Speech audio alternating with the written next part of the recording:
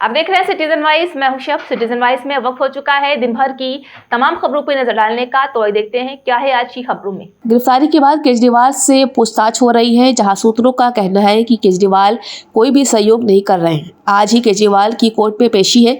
केजरीवाल की याचिका भी सुनेंगे सुप्रीम कोर्ट। बीजेपी ने प्रेस कॉन्फ्रेंस कर केजरीवाल पर इशारा साधा है। इस दौरान संबित पात्रा ने क्या कुछ कहा है, सुनिए।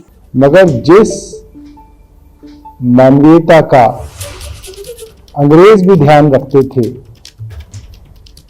सब देशों के अंदर जो न्यूनतम मानवीय मूल्य हैं, मिनिमम ह्यूमैनिटी है, उसका भी ध्यान नहीं रखा जा रहा। कल मैं वहीं पे था।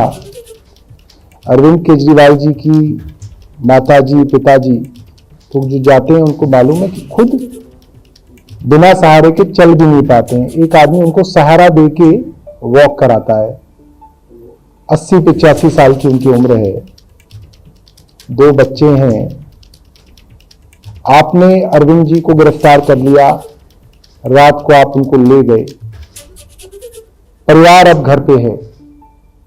जो एक न्यूनतम मानवीयता है वो ये है कि परिवार के जो रिश्तेदार हैं, जो पार्टी के लोग हैं, जो सरकार में मुख्यमंत्री जी के साथ मंत्री थे, वो अरविंद जी की पत्नी से, माता पिता से, बच्चों से मिलके कम से कम ये तो कहेंगे कि माताजी पिताजी हम आपके साथ हैं, आपके साथ हम लोग खड़े हैं।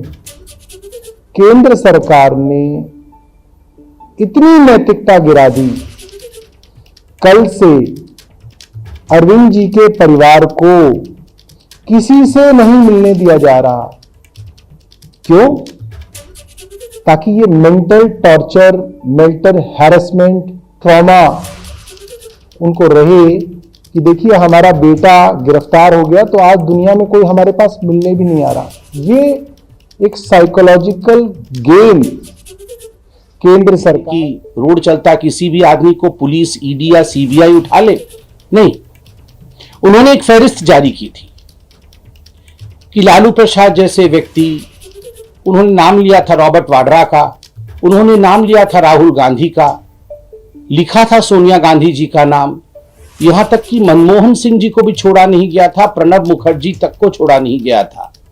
उन सबके नाम के साथ उन्होंने फहरिस्त जारी की थी कि ये लोग जो भ्रष्टाचार में आकंठ डूबे हुए हैं, आखिर ये जेल क्यों नहीं जा रहे हैं, इनके खिलाफ कार्यवाही क्यों नहीं हो रही है। और उसके बाद अरविंद केजरीवाल जी ने कहा, हिंदुस्तान की राजनीति को बदलने के लिए मैं मैदान में उतर रहा। जहां भ्रष्टाचार होगा वहां अरविंद केजरीवाल जिस प्रकार शहंशाह उतरते थे ना रात के अंधेरे में, और कहीं पाप होता था, कहीं भ्रष्टाचार होता था, कहीं गुंडागर्दी होती थी तो शहंशाह उसे समाप्त कर देते थे। वो जो मूवी आई थी, उसी प्रकार अरविंद केजरीवाल कुछ उस किस्म से नीचे उतरे थे कि वो शहंशाह बन के आएंगे और भ्रष्टाचार को समाप्त कर देंगे। अन्ना हजारे जैसे दिग्गजों का भी उनके ऊपर आशीर्वाद था। बाद में अन्ना हजारे जी ने ही अरविंद केजरीवाल के खिलाफ चिट्ठी लिखी। 2013 में जो प्रश्न अरविंद केजरीवाल जी ने पूछा था कि भ्रष्ट लोग जेल कब जाएंगे, आज एक मैं छोटा सा कार्यकर्ता हूं भारतीय जनता पार्टी का, मैं कह सकता हूं कि 10 वर्षों के शासनकाल में इस देश ने एक बहुत बड़ा परिवर्तन देखा।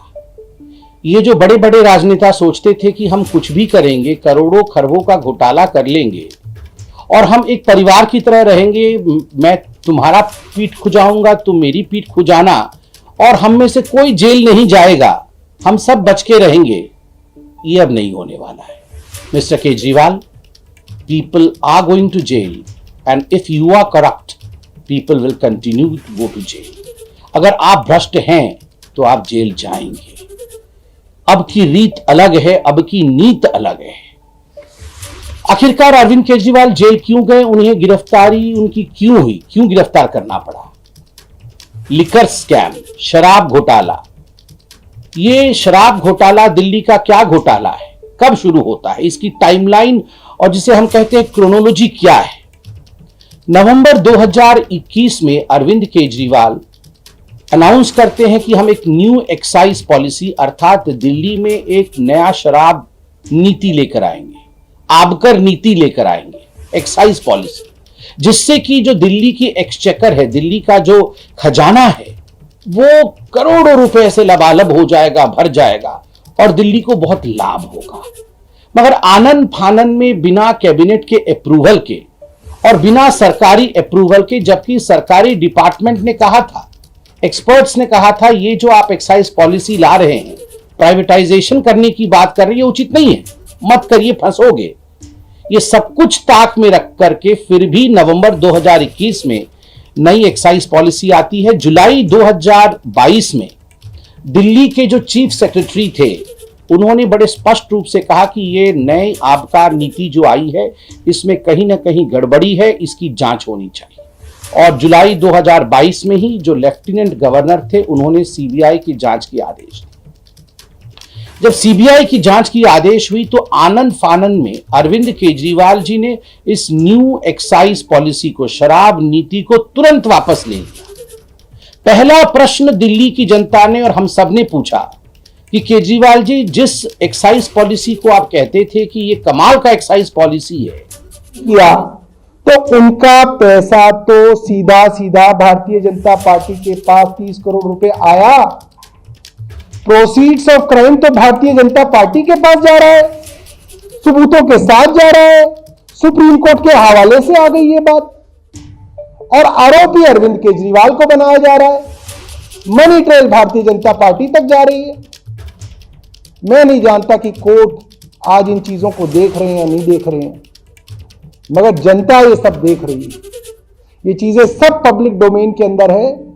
मैं भारत की जनता से हाथ जोड़ के निवेदन करूंगा और भारतीय जनता पार्टी के समर्थकों को खास तौर पर निवेदन करूंगा, जो कल से अरविंद केजरीवाल को गाली दे रहे हैं, जो खुशियां मना रहे हैं, लड्डू बांट रहे हैं भारतीय जनता पार्टी के कुछ समर्थक कि अरविंद केजरीवाल को जेल भेज दी। आप जरा ये भी देख लीजिए कि ये पैसा तो भारतीय जनता पार्टी की तिजोरी में आया है। आप ये नैतिकता का पहले इन शराब कंपनी, जो कि अरविंद केजरीवाल जी के मित्र हैं, अरविंद केजरीवाल जी के दोस्त हैं, उनको पहले लीक कर दी गई, फिर उसको ट्वीक किया गया, उसमें बदलाव लाया गया ताकि शराब कंपनी अपने मन मुताबिक इन कानूनों में बदलाव ला सके। जो ब्लैकलिस्टेड कंपनी होती है, उनके लिए कानून में प्रावधान है कि वो इस टेंडरिंग प्रोसेस में अप्लाई नहीं कर सकते हैं। मगर बड़ा दुखद और आश्चर्यजनक विषय है कि न केवल उन्होंने अप्लाई किया, अपितु उन्हें इस पूरे ठेके में शामिल किया गया।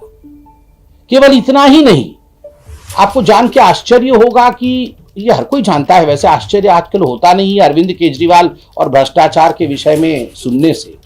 जो कमीशन इन शराब ठेकेदारों का बढ़ाया गया, पहले ये 5% पे था। 5% कमीशन ठेकेदारों को दिया जाता था, 12% कमीशन कर दिया गया और इसमें बातें सामने आई कि लगभग 6 से 7% कमीशन बैकडोर एंट्री होकर ये ब्लैक मनी के रूप में आम आदमी पार्टी के जो हमारे कार्यकर्ता हैं, बड़े नेता हैं, उनको दिया गया है। करोड़ों रुपए इस माध्यम से दिए गए हैं। इसके लिए दिनेश अरोड़ा जी इत्यादि आपके सामने जो जिन लोगों ने ये किया है वो अप्रूवर भी बने हैं और उनकी स्टेटमेंट आज पब्लिक डोमेन में है। मार्च 2023 में अंततोगत्वा मनीष सिसोदिया की गिरफ्तारी होती है ईडी द्वारा। अक्टूबर 2023 में इसी केस में संजय सिंह जी की भी गिरफ्तारी होती है और अक्टूबर 2023 में ही समन भेजा जाता है, पहला समन अरविंद केजरीवाल जी को, कि अरविंद केजरीवाल जी, प्रथम दृष्टिया प्राइमा फेसी ये लग रहा है कि मनीष सिसोदिया भी इन्वॉल्व है, संजय सिंह भी इन्वॉल्व है और कहीं ना कहीं जो स्टेटमेंट्स आ रहे हैं, चाहे वो विजय नायर जो कि कम्युनिकेशन हेड हैं आम आदमी पार्टी के, और बाकी जो ठेकेदार जो अप्रूवर बने हैं, उनके स्टेटमेंट से लग रहा है कि आप भी इसमें हिस्सेदार हैं। तो आप आइए और हमारे सामने पेश होइए, आपको ये हम लिबर्टी देते हैं, आप अपने विषय को रखिए। समन नंबर 1 जब अक्टूबर 23 को आया, तब से लेकर अब तक 9 समन आए हैं। आश्चर्य का विषय है, एक भी समन में अरविंद केजरीवाल नहीं जाते हैं।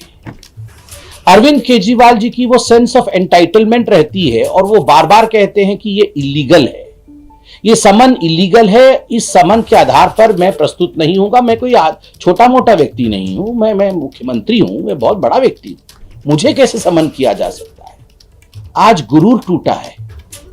इस देश का कानून कहता है, चाहे मुख्यमंत्री हो चाहे आम आदमी हो, यदि आपने कानून के मुताबिक काम नहीं किया है, कानून को तोड़ा है और समन किया जाएगा, तो आपको समन का सम्मान करना है, आपको आके प्रस्तुत होना है। अरविंद केजरीवाल नहीं आए।